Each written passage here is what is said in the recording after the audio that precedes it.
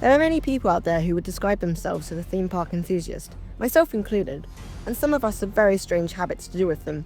What if I told you that you weren't being a theme park enthusiast properly? I'm sure you don't fall asleep listening to Hyperia's shop soundtrack on repeat.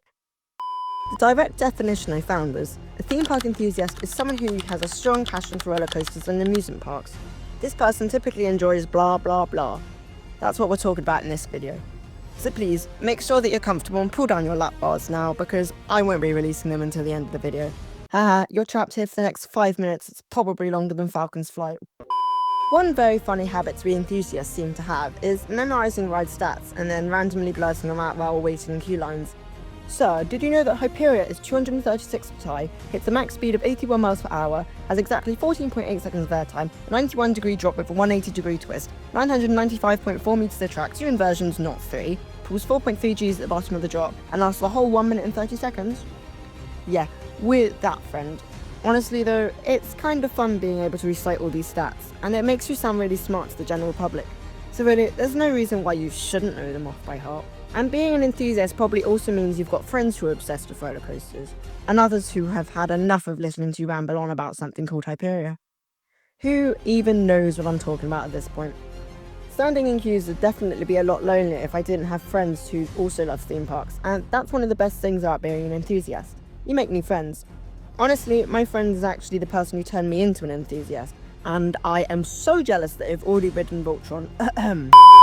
Speaking of friends, one of my not-so-roller coaster obsessed ones was watching some Thought Park POVs while I was with them, and asked me to guess which roller coaster it was, just from the sound it made. Out of 5 POVs, I think 4 of them started just a few seconds before reaching the top of the lift hill, and honestly I was shocked when I guessed most of them right. Like, name one other person you know who can identify Hyperia just from hearing the last faint note of the lift hill soundtrack in the background, or recognise the sound of Colossus detaching from the top of its lift hill. I'm guessing you can only name 1 or 2 people, if any. But hey, don't feel bad if you can't, because I'm pretty sure my superpower only comes from binge watching POVs on repeat anyway. And speaking of POVs, yeah, we binge watch them, like, a lot. I'm talking hours of watching the same coaster from 17 different angles and somehow still enjoying it every single time. No wonder my YouTube recommendations are basically just Hyperia off-ride footage at this point. But hey, what better way to procrastinate than immersing yourself in theme parks, right? And it's not just POVs either. I have somehow reached the point where I listen to theme park soundtracks more than actual music. I mean, why listen to trending hits when you can loop the Hyperia soundtrack for 6 hours straight? Personally, I enjoy theme park soundtracks way more than quote-unquote normal music. They're just easy to listen to, and honestly, they're weirdly calming as well. I'm not even too tired of them after spending way too long on my last video, where I literally ranked every soundtrack from the main Merlin parks. The link for that is in the description and the top right hand corner, please go and check that out after you finish this video. On the topic of soundtracks, yeah, I may or may not have fallen asleep to Hyperia's shop soundtrack more times than I'd like to admit. As I mentioned both in the last part and in the video I suggested, theme park soundtracks are weirdly relaxing, especially the Hyperion soundtrack. For some reason it just gives me those end of the day vibes, which is probably why I always put it on when I go to bed. And by the way, I hope that video is open a new tab ready to watch, because if it's not, my guinea pigs are going to eat your fridge tonight. And honestly, it's probably no surprise at this point, but I'm pretty sure about 90% of my dreams are just roller coasters. Like normal people dream about holidays or winning the lottery, I'm out here dreaming about Hyperia being painted black, getting a launch into a top hat, and even having those B&M style buckles on the restraints. And yes, those were all separate dreams, by the way. Have you ever had any random theme park dreams? Let me know in the comments. Honestly though, my obsession doesn't stop when I wake up. My phone storage is basically full of roller coaster footage, packed with off-ride videos and random clips I took from last year. It's one of the many ways to entertain yourself while queuing, with the added bonus of being able to relive your visit long after leaving the park. The only downside, I still can't install the next iOS update on my phone from like 6 months ago. That's true enthusiast dedication there for you guys. And honestly, once you spent this much time collecting and watching videos, the next step kind of writes itself. Making a YouTube channel focused entirely on roller coasters and theme parks. That's how I ended up sharing my love for rides with the internet, one slightly obsessive video at a time. Not to mention spreading an insane amount of biased opinions about Hyperia, which of course are definitely all backed up by factual evidence. And of course, if you spend this much time obsessing over roller coasters, it's only natural that your room starts to look like a shrine to theme parks. And that's where the merchandise comes in. Mine consists of a Hyperia magnet, a Hyperia pop socket, a 3D printed layout of Hyperia which I broke while making this video, random 3D printed parts of Hyperia's trains, and yeah, more 3D printed stuff. Yes, this collection is embarrassingly small, but I know some people have entire rooms dedicated to this kind of stuff. Oh, and while on the subject of 3D printed merch, I have a pretty niche enthusiast habit, which is 3D printing rollercoaster stuff. So far I've designed these things and printed these ones from various modelling sites across the internet. It's basically the perfect combination of two of my favourite hobbies, which I think is pretty great. And speaking of really committing to the experience, nothing makes you feel quite as amazing as trying to get the last train of the day, just to make the ride feel extra special. Yes. I can hear everybody in the comments already complaining about people hanging around the entrance for that last ride experience. Well, I'm going to say one thing. You obviously have never had a last train of the day. The atmosphere for the entire ride is just unbeatable.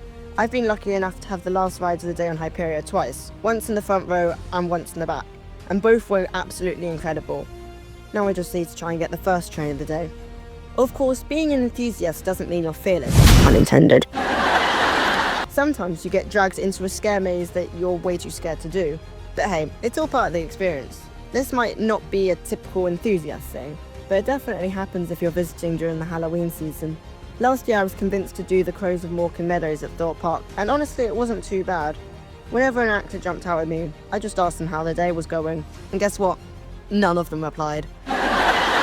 What meanies.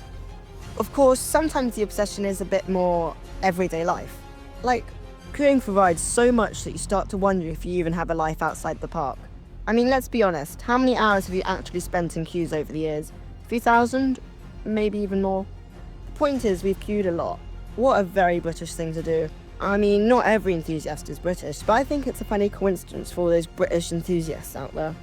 And let's be honest, it's not just your body that spends hours in the parks, it's your mind too. I'm pretty sure a large chunk of my thoughts are somewhat about roller coasters, even if it's just longing to return to Thorpe Park. I personally find it quite comforting to think about them, even if the roller coasters I'm imagining feel just as rough as riding a shopping trolley through Colossus's Heartline walls. And of course, when your mind is this obsessed, it's only natural to start making a ridiculously long list of bucket list coasters. Mine is probably considered short compared to most enthusiast lists, because I haven't updated it in a while, and I know there are plenty of coasters outside of Europe that still need to be added. And if your bucket list isn't enough, why not spend hundreds of hours in theme park simulators building your own parks? I've been dying to get Planet Coaster 2, but my hardware can't really handle it, so I'm at the minute stuck with Planet Coaster 1 and No Limits 2 until I can upgrade. But wow, these simulators are seriously addictive. Before I even got Planet Coaster 1, I spent tons of time on Theme Park Tycoon 2 on Roblox, and now that I have it, I've already made loads of somewhat good coasters. Honestly, if you're a theme park enthusiast and you've never played a theme park simulator, you're missing out on a huge part of enthusiast life in my opinion. I think it's true that being obsessed isn't just about riding roller coasters or simulating them. You have to also end up learning how the rides actually work. From launch systems to lift hills, brake runs to whatever else, there's something satisfying about understanding how LSMs and other ride functions work. It's that kind of nerdy behaviour that makes enthusiasts feel smart. You think you've seen it all, and you think you've ridden every twist, drop and launch there is. You think nothing can surprise you anymore, but then there's that one ride that lingers in your mind long after you left the park. That ride that makes you question everything you thought about coasters. Flying fish. It's terrifying. End of question.